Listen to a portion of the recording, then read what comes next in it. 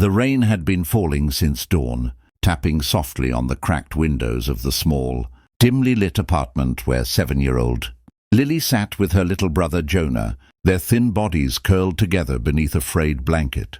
Their mother Elena stood motionless near the stove, staring at the single loaf of bread she'd purchased the night before, knowing it wouldn't be enough for 3. But she had become used to making choices a mother should never have to make. Outside, the city hummed with life, unaware of her silent despair. The world rushed forward. People worked, laughed, argued, celebrated, but for Elena, time often felt suspended, locked between trying to survive and trying to protect her children from the truth of their situation. That morning, as she cut the loaf into the thinnest slices she could manage, Jonah's soft voice broke the aching quiet. "Mama, why don't we eat like other kids?" His voice carried no accusation, only confusion. Elena froze, her hands trembling. Lily looked up quickly, placing a hand on her brother's shoulder, as if to shield him from something she didn't understand but could feel. "Jonah, it's just that Mama works a lot and sometimes food is expensive." Lily tried, but the explanation felt flimsy even to her. Jonah blinked and looked at his mother again, eyes round with innocence. Are we bad people, Mama? Is that why?" Elena's heart cracked. She knelt and pulled both children to her chest, squeezing them tightly. Her voice broke as she whispered, "No, baby, no, you are good. You are the best things in my life."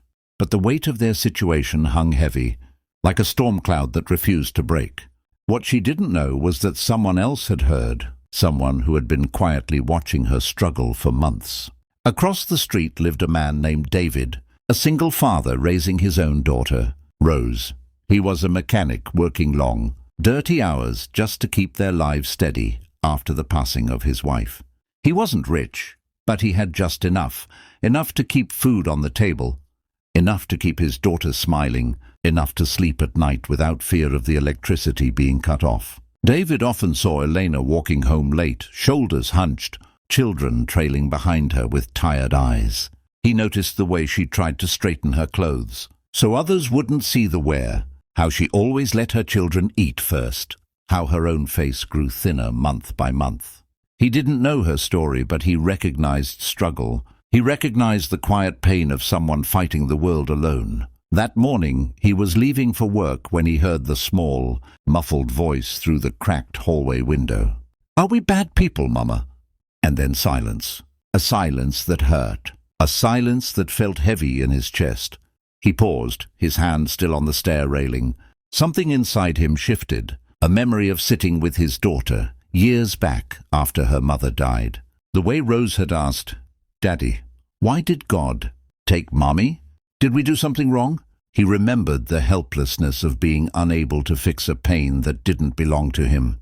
He knew that tone, the tone of a child trying to understand a world that made no sense. At work, David couldn't shake the voices. The children's question echoed through him like a bell.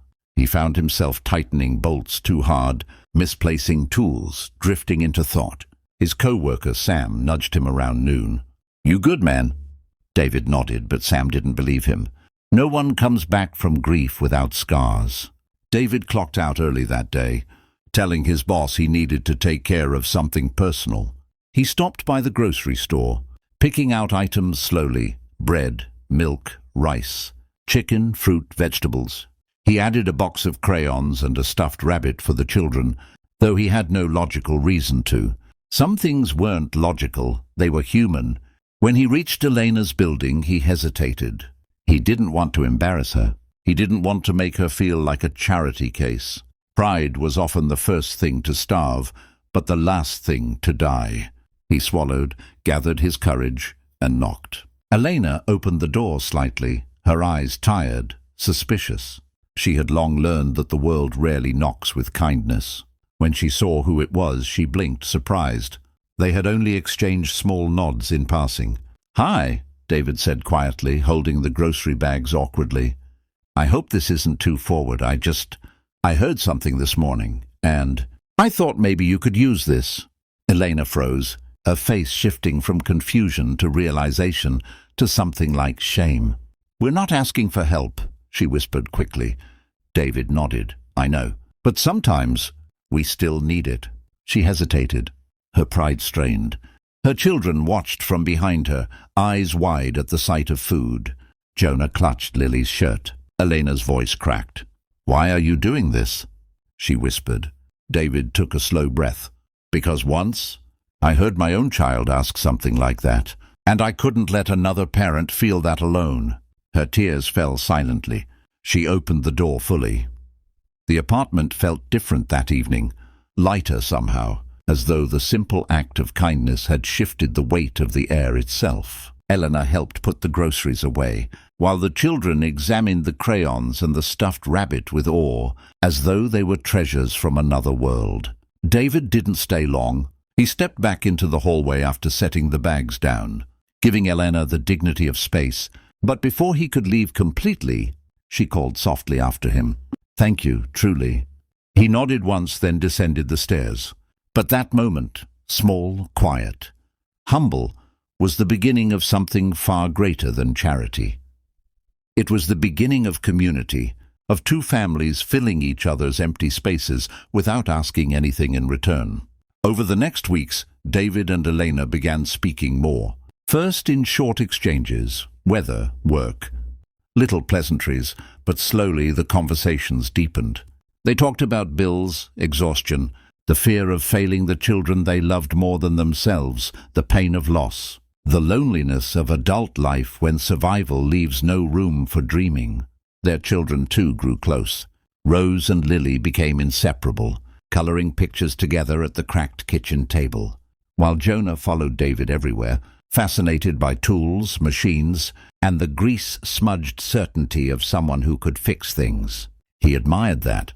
He admired the idea that some problems actually had solutions. And slowly, gently, a home that had once been defined by lack began to feel like a place where laughter could exist again. But the world, as always, had its own storms. One evening, Eleanor returned from work, pale and silent. She had been called into the manager's office and told that the cafe where she worked was closing due to financial losses. Her job, her lifeline, was gone. That night, she sat on the floor, her back against the wall, staring at her hands. Not crying, not speaking, just unraveling quietly. Lily sat beside her, placing her head against her mother's shoulder. "Mama, are we going to be okay?" Elena wanted to say yes. She needed to say yes. But she couldn't force the lie this time. David found them like that when he stopped by to drop off some leftover stew. He understood immediately. He didn't hesitate. "We'll figure this out," he said simply. No dramatic promises, no savior complex, just shared resolve. The next day he spoke to his boss, convincing him to take Elena on as a part-time clerk in the shop's front office. The pay wasn't great, but it was stable. It was dignity. It was something to build from. When he told her, she blinked in stunned silence. "Why would you go this far for us?"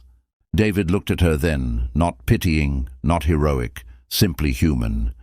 "Because we're not meant to survive alone." That was the moment. Something inside Elena finally exhaled. The moment she realized help didn't make her weak, and giving didn't make David strong. It made them both human. Months passed. The four of them became something resembling family. Not perfect, not simple, but steady.